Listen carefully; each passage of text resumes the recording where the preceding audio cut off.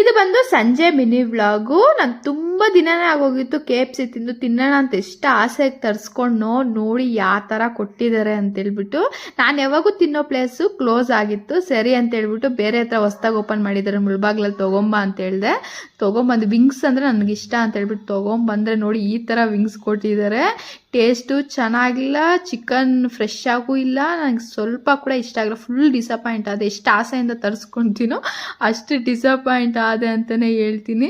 ಸರಿ ಅಂತ ಸ್ವಲ್ಪ ಟೇಸ್ಟ್ ಮಾಡಿ ಸೈಡ್ಗೆ ಇಟ್ಬಿಟ್ಟು ಇಲ್ಲಿ ನಾನು ನೆನ್ನೆ ಈ ಡ್ರಾ ಮಾಡಿದ್ದೆ. ನಾನೇ ಓನಾಗಿ ಯಾವ ಫೋನಲ್ಲಿ ನೋಡ್ದಿರ ನನ್ನ ಮನ್ಸಿಗೆ ಬಂದಂಗೆ, ನನ್ನ ಮೈಂಡಿಗೆ ಬಂದಂಗೆ ಹಾಕಿದೆ. ತುಂಬಾ ಕ್ಯೂಟಾಗಿ ಬಂದಿತ್ತು.